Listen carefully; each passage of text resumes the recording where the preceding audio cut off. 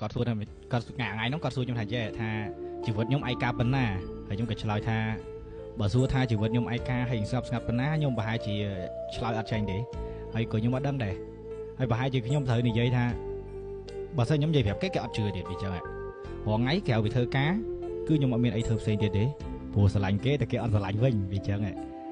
ហើយក៏អត់ស្រឡាញ់ពីណាគេផ្សេងទៀតដែរព្រោះចិត្តអត់ព្រមបើកចំហររងថ្ងៃហ្នឹងពេលថ្ងៃធ្វើការសំលុយតិតតិតគ្រាន់តែបានតិចតួចសរុបចាយម្ដងចឹងទៅទ្រីបអីចឹងទៅយប់ឡើងចូលដល់ក្នុងផ្ទះ